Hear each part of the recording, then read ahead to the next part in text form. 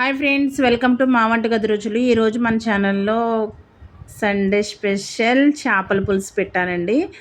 చాలా అంటే చాలా టేస్టీగా వచ్చింది. సో మీరు కూడా వీడియో డెఫినెట్గా చూసి మీరు కూడా ఈ ప్రాసెస్ ట్రై చేయండి. చాలా బాగుంటుంది. ఇంట్లో వాళ్ళందరూ చాలా ఇష్టంగా తింటారు.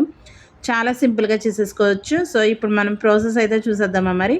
ఓకే, ఇప్పుడు ప్రాసెస్లోకి వెళ్ళిపోదాం. చేపల కర్రీ కోసం ఫస్ట్ ప్యాన్ పెట్టుకుని ఒక 3 స్పూన్స్ ఆయిల్ వేసుకున్నాను. ఇప్పుడు ఇందులో ఆనియన్స్ వేసుకుందాము. సో నేను ఇక్కడ 2 చిన్న సైజు ఆనియన్స్ చిన్న చిన్న ముక్కల కింద కట్ చేసుకుని వేసుకుంటున్నాను. ఇవి మనకి బాగా మగ్గాలి. వీటిని బాగా మగ్గించుకుందాము ఫస్ట్.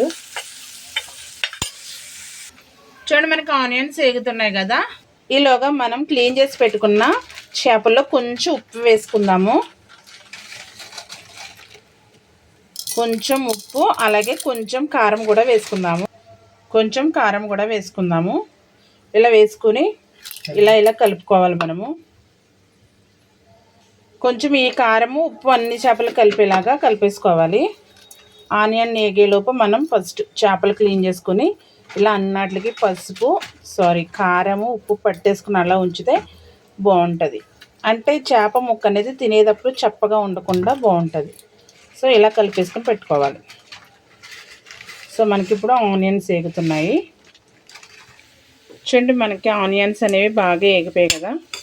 సో ఇప్పుడు ఇందులో మనకి ఫ్రెష్గా ఉండే 1 స్పూన్ అల్లం వెల్లుల్లి పేస్ట్ వేసుకుందాము.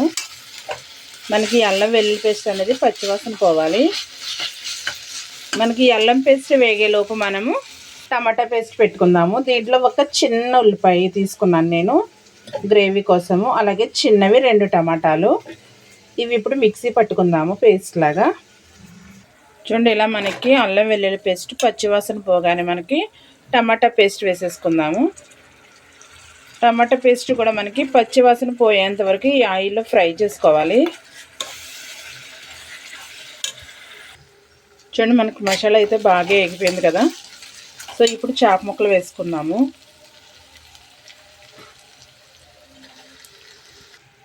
ఇలా చేప ముక్కలు వేసుకుని 5 నిమిషాలు అట్లా ఉంచుదాము. చూడండి, ఇప్పుడు ఇందులో కొంచెం చింతపండు రసం వేసుకుందాము.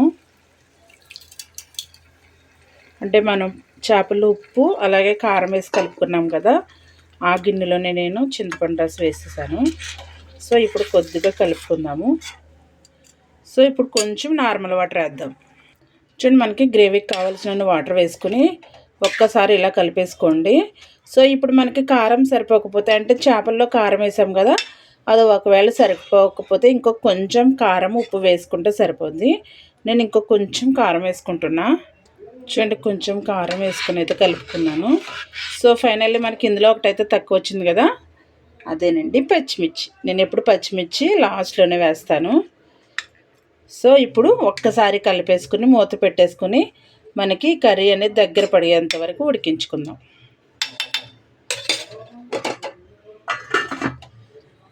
చూడండి, ఫైనల్లీ మనకి చేపల పులుసు అయితే రెడీ అయిపోయింది. చూసారా, బాగుంది కదా.